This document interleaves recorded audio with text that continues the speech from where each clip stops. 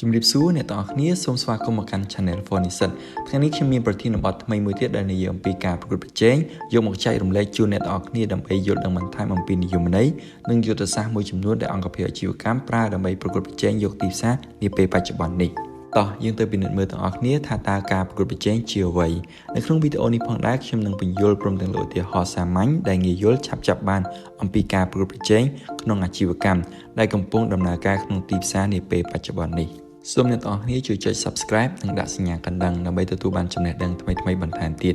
សូមអរគុណបើយោងតាមសៀវភៅ Operation Management របស់លោក William J. Stevenson បោះពុម្ពលើកទី14ក្នុងឆ្នាំ2021នៅចំពោះទី2ទំព័រទី42បានប្រាប់យើងអំពីនិយមន័យការប្រកួតប្រជែងតើការប្រកួតប្រជែងជាអ្វីការប្រកួតប្រជែងមានន័យថាតើអង្គភាពឬស្ថាប័នមួយបំពេញការចង់បានឬតម្រូវការរបស់អតិថិជនប្រកបដោយប្រសិទ្ធភាពប៉ុណ្ណាបើប្រៀបធៀបជាមួយនឹងក្រុមហ៊ុនឬអង្គភាពដទៃទៀតដែលផលិតទំនិញឬផ្ដល់សេវាកម្មស្រដៀងគ្នាក្រុមហ៊ុនឬអាជីវកម្មត្រូវប្រកួតប្រជែងដើម្បីលក់ទំនិញឬផ្ដល់សេវាកម្មរបស់ពួកគេនៅលើទីផ្សារក្រុមហ៊ុនឬអាជីវកម្មប្រកួតប្រជែងតាមរយៈតម្លៃពេលវេលាដឹកជញ្ជូននិងលក្ខណៈពិសេសរបស់ទំនិញឬសេវាកម្មជាទូទៅអង្គភាពអាជីវកម្មប្រកួតប្រជែងដោយប្រើប្រាស់យុទ្ធសាស្ត្រទីផ្សារនិងប្រតិបត្តិការក្រុមហ៊ុនអាជីវកម្មប្រើយុទ្ធសាស្ត្រទីផ្សារដើម្បីប្រកួតប្រជែងជាមួយនឹងក្រុមហ៊ុនផ្សេងទៀតតាមរយៈការកំណត់ការចង់បានរបស់អតិថិជនតម្លៃនិងគុណភាពនិងការផ្សព្វផ្សាយនិង promotionក្រៅពីយុទ្ធសាស្ត្រទីផ្សារក្នុងការប្រកួតប្រជែងអង្គភាពអាជីវកម្មយកចិត្តទុកដាក់ខ្លាំងលើយុទ្ធសាស្ត្រប្រតិបត្តិការមានដូចជាការរចនាទំនិញនិងសេវាកម្មការកាត់បន្ថយថ្លៃដើមការជ្រើសរើសទីតាំងការពង្រឹងគុណភាពការឆ្លើយតបទៅនឹងតម្រូវការរបស់អតិថិជនភាពបត់បែនដែលឆ្លើយតបទៅនឹងការផ្លាស់ប្ដូរលើទីផ្សារការគ្រប់គ្រងសន្និធិការគ្រប់គ្រងខ្សែចរន្តផ្គត់ផ្គង់ពីវត្ថុធាតុដើមរហូតដល់អ្នកប្រើប្រាស់ចុងក្រោយការផ្ដល់សេវាកម្មជាមុននិងក្រោយពេលលក់និងប្រសិទ្ធភាពនៃការគ្រប់គ្រងបុគ្គលិកដូចនេះដើម្បីប្រកួតប្រជែងនិងឈរជើងលើទីផ្សារអង្គភាពអាជីវកម្មតែងយកចិត្តទុកដាក់ខ្លាំងលើយុទ្ធសាស្ត្រប្រតិបត្តិការដែលស្ថិតនៅផ្នែកខាងក្នុងរបស់អង្គភាពនិងយុទ្ធសាស្ត្រទីផ្សារជាផ្នែកខាងក្រៅដែលមានឥទ្ធិពលមកលើអង្គភាពរបស់ខ្លួនជាក់ស្ដែងក្រុមហ៊ុន Coca-Cola បានប្រើយុទ្ធសាស្ត្រទីផ្សារដើម្បីធ្វើការប្រកួតប្រជែងជាមួយនឹងក្រុមហ៊ុនដទៃទៀតដូចជា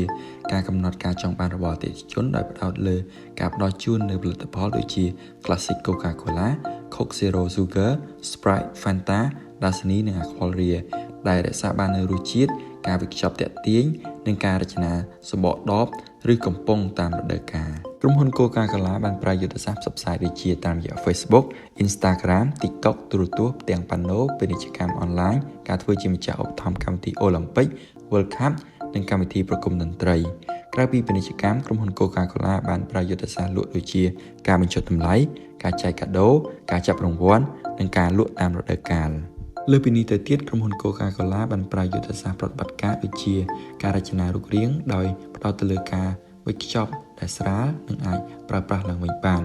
ចំណែកការចំណាយថ្លៃដើម Coca-Cola ប្រើយុទ្ធសាស្ត្រថ្លៃ Cost Leadership ដែលផលិតចំនួនច្រើនដើម្បីកាត់បន្ថយចំណាយក្នុងមួយឯកតានិងប្រើប្រាស់បច្ចេកវិទ្យាផលិតដើម្បីកាត់បន្ថយថ្លៃកម្លាំងពលកម្មបន្ថែមពីលើនេះ Coca-Cola បានប្រើយុទ្ធសាស្ត្រ Global Local Network ដើម្បីជ្រើសរើសទីតាំងដែលនៅជិតទីផ្សារក្នុងស្រុកកាត់បន្ថយថ្លៃដឹកជញ្ជូនឆ្លើយតបទៅនឹងតម្រូវការទាន់ពេលវេលានិងងាយសម្របខ្លួនទៅតាមច្បាប់តំបន់ Coca-Cola ប្រើប្រាស់ Total Quality Management ដើម្បីកំណត់គុណភាពផ្នែកទឹកស្អាត Zero កម្រិតកាបូណាតនិងការវេចខ្ចប់មួយវិញទៀត Coca-Cola ផ្ដោតទៅលើការឆ្លើយតបដោយរហ័សផលិតដបនិងកំប៉ុងនៅក្នុងស្រុកការព្យាករណ៍តម្រូវការដោយប្រើប្រាស់ទិន្នន័យលក់ជាក់ស្ដែងនិងការដឹកជញ្ជូនទាំងវត្ថុធាតុដើមនិងផលិតផលសម្រាប់ដល់ដៃអតិថិជនយ៉ាងមានប្រសិទ្ធភាពសរុបជារួមមកការប្រកួតប្រជែងជាសមត្ថភាពរបស់ក្រុមហ៊ុនអាជីវកម្មក្នុងការបំពេញការចង់បានឬតម្រូវការរបស់អតិថិជនប្រកបដោយសមត្ថភាពប៉ុណ្ណាបើប្រៀបធៀបជាមួយនឹងក្រុមហ៊ុនឬអង្គភាពដទៃទៀតដែលផលិតទំនិញឬផ្ដល់សេវាកម្មស្រដៀងគ្នាអង្គភាពអាជីវកម្មប្រើប្រាស់យុទ្ធសាស្ត្រទីផ្សារនិងយុទ្ធសាស្ត្រប្រតិបត្តិការដើម្បីប្រកួតប្រជែងនៅលើទីផ្សារខ្ញុំសង្ឃឹមថាវីដេអូមួយនេះជាប្រយោជន៍សម្រាប់អ្នកទាំងអស់គ្នាដើម្បីយល់ដឹងបន្ថែមអំពីការប្រកួតប្រជែងដែលអង្គភាពអាជីវកម្មប្រើប្រាស់ក្នុងការដណ្ដើមយកអតិថិជននៅលើទីផ្សារសូមអរគុណអ្នកទាំងអស់គ្នាជួបគ្នាសម្រាប់វីដេអូក្រោយៗទៀត